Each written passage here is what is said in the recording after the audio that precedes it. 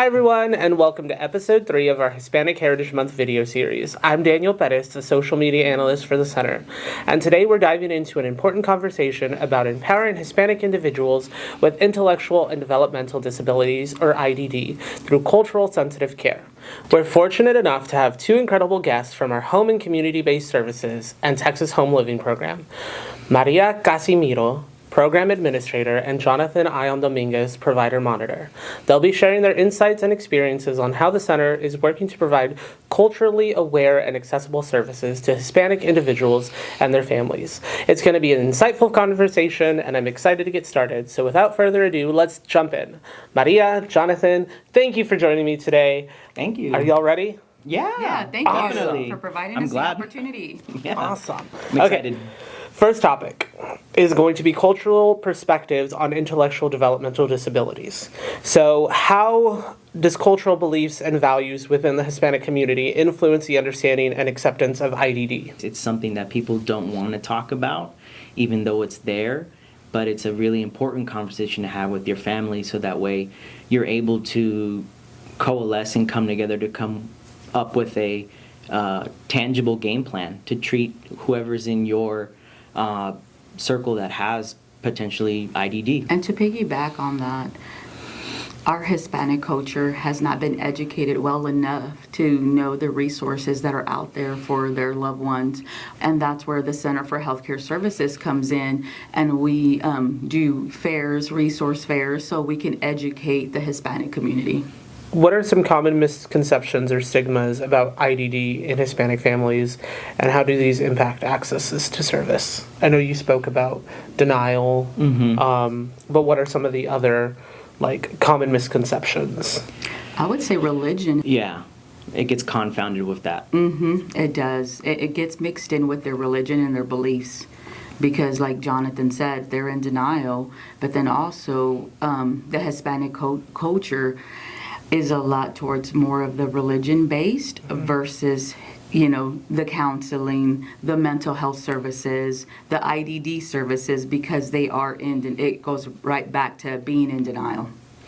Yeah, and it also goes back to indigenous medical practices as well. Most people, particularly Hispanic origin, my lens is through Mexican American heritage, but I've noticed that a lot of the times they try to go for the indigenous route of how their models of medicine used to work, right? Mm-hmm. So a lot of spiritualism in that sense, and they think that that's going to be the cure-all, and then there's merit to it, but it's just something that people are still kind of stuck in. When it comes to IDD, if we're looking from a clinical perspective, there's overlap that makes it a bit difficult for that to be viable. So addressing barriers to accessing IDD services in the Hispanic community.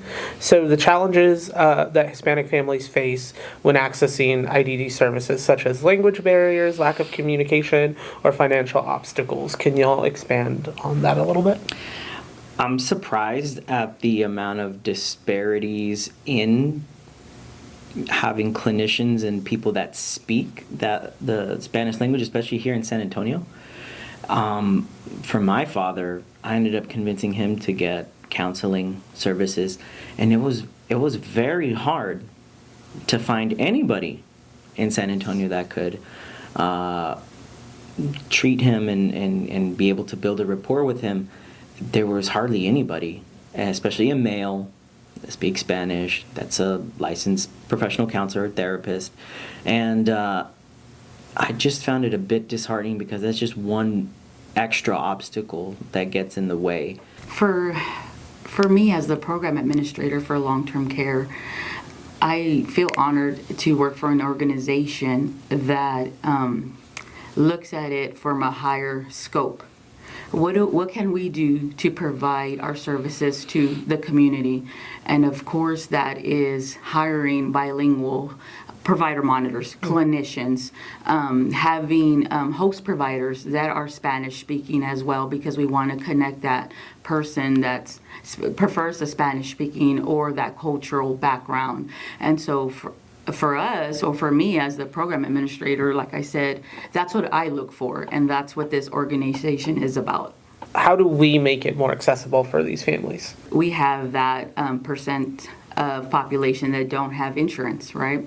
And so how do they get educated, or how do they get, treated, or go to see a doctor? And so for the center has a grant funded program. It's called Charity Care, or we have a sliding scale that we provide services to their loved one. And then we also are in connection with ACOG for our services. ACOG is the authority and we are the provider. So for us, it's our job to educate those families and navigate them through the right paths. And so that would be connecting them with ACOG. But for the center, we do have grants available to us to help support our families in our communities so they can have the resources they need to be successful. Yeah, the resources are there. It's just knowing how to link it and find those key linkages that makes the difference. Having guidance, right? It's way easier to make a claim with Medicaid or Medicare when you have the proper guidance as compared to doing it on your own. That's why we go to a tax professional to manage our taxes. We need guidance when it comes to things like that. Can y'all talk about the role of family and how it impacts the care and support of the individuals with IDD? It has everything to do with it. I mean, having the family involved, it's essentially the key component in providing the education to the family. It's an all-inclusive thing that it isn't, whenever we're talking to a Hispanic family, it's not just the individual, which we obviously focus primarily on the individual. But in order to focus on the individual, we have to focus on external factors and stakeholders, which comes out to invariably be the family. So that's one thing that's an obstacle, but it's something that we strive for every day in order to provide that psychoeducation, to provide that necessary avenue for growth and for fostering a community support, if not in their community, with them and our organization, and linking them to places that have support that they require. Thank you. Do you have anything to add? It's always important to ensure that we invite the families for their input, feedback. It's getting to know that individual so that way we can best support them and support their need. And then also, when you do invite that family member, it's getting their buy-in, because they feel important, they feel like they have a purpose, they're giving us their input. And so it just basically, it's kind of like the wraparound services for that one individual. So topic 4, supporting Hispanic caregivers of individuals with IDD. So what are some of the unique challenges Hispanic caregivers face when caring for loved ones with IDD, including balancing caregiving with work and family obligations? And how does the center provide resources, education, and emotional support to Hispanic caregivers? Two things I can think of is something I touched up on earlier: saving face, right? Shielding their pride and their ego to a certain extent, right?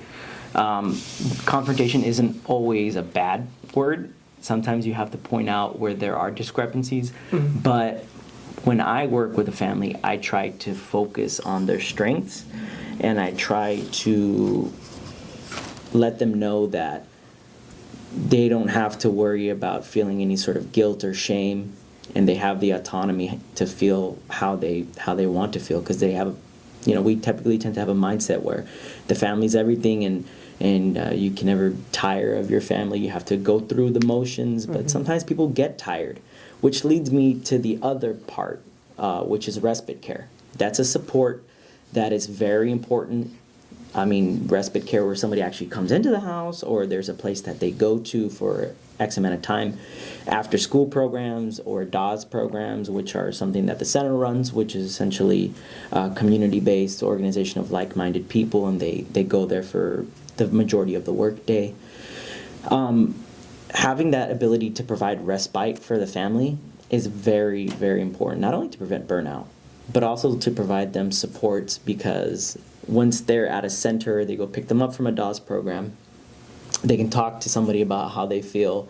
They can tell the manager of the program because they already have them on the caseload. They're part of that. They can talk about those problems because they already know the individual, the consumer. So it's not something that I take lightly. I take it with a great modicum of pride, knowing that we do as much as we can to provide that support, that base, that foundation. Because every house needs a foundation, and if your foundation's weak, well, everything else falls apart. We provide lots of resources for our Hispanics families because we don't want them to feel incompetent, because we have lots of Spanish-speaking families only. And so what we do is we partner them up with staff that are bilingual, doctors that are bilingual, our RNs that are staff that are bilingual, so that way they have that personal interaction and they understand and they can ask questions and they just feel more comfortable because it's their native language. I know we talked about in a previous episode, the children's behavioral health episode, we talked about translators, and sometimes there's issues with scheduling a translator. If an individual who isn't bilingual can't help that family, then they have to schedule a translator, so then they have to wait to get within that translator schedule, or it could be online, like the translation could be online, so there could be connection issues. So how do y'all manage those little situations? It relates a lot to me because sometimes it's hard to get somebody that speaks Spanish and also the right Spanish. Yeah. And I mean, they can provide translation services, but are they going to understand my dialect? You know what I mean? So it's being able to figure out who is going to be the appropriate resource, right? Because if they're Dominican, they're going to use completely different set of language skills. I mean, there's to the point where sometimes you can't even perceive that it's the same language in several different places. So it all comes down to that. Once you have that mutual cooperation, though, and you find the right fit, the right clinician, the right provider monitor, whatever it may be, that's when things are going to start clicking and falling together. Awesome. So for us, we have currently we have 3 bilingual provider monitors, and then myself included. So we hardly use that service because ourselves we're able to navigate and we're able to go in there and build that connection with the family. So we have not ran into that. Yeah. Okay, so topic 5, reducing stigma around IDD in Hispanic communities. We talked about stigma surrounding IDD in Hispanic communities and how it affects families' willingness to seek help. But how does the center approach that to reduce the stigma, such as community outreach, education campaigns, and providing culturally relevant information?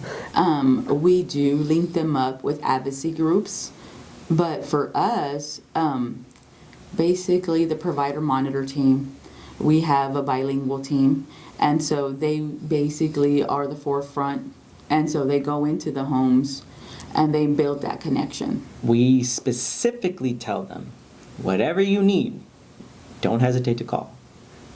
Leave a voicemail. Even if it's like 3 a.m. on a Saturday, just leave a voicemail. I'll get back to you on Monday. Just let me know. I'd rather know than not. And then once you establish that trust, and if there is a desire and a need for more supports, now that you've built that rapport and now that you've gotten to the point where they understand that you're there on their team and you have a genuine interest and a genuine compassion to want to help them and not just as a means to an end, that's when you're going to be able to get those key linkages done and you're going to be able to make progress with that family. Just like Jonathan said, just building that connection. Once you build that connection, you get their buy-in, and then it's word of mouth. Our services speak for themselves. And so we've grown in the Hispanic community because of how we've tailored our services and building that connection. So we have, families that go to church and they'll say, oh, so-and-so, you know, the Center for Healthcare Services, they'll tell their family or their friends or their church member, this is who helped me, or this is how I got what I got, or my loved one received A, B, C, and D. So it's all word of mouth. It's all about quality services tailored to that person. So how does the center encourage independence and inclusion for Hispanic individuals with IDD, ensuring they have opportunities to thrive in the community? Are there some programs and services that promote inclusion? And then if y'all can share some stories about individuals who have overcome the challenges and found success through the center's support. We try to cater their personal directed plan to cater to what they need to accomplish. We establish realistic goals that are out of the comfort zone, right? We work with the service coordinator, with other stakeholders. It's not just us, ACOG and the county and all that. We work with them as well, where all of us are intercollaborative and we all work together as one big team when it comes down to the consumer, right? Because that's the ethical thing to do. You're not going to withhold information that may help or hinder a consumer. And so when we discuss and we staff those cases, we look at where the deficiencies are, where they can be improved on, and what exactly we can do to help establish that line of communication, that line of support, anything that they need. So overall, in long-term care and IDD, we have DOS program.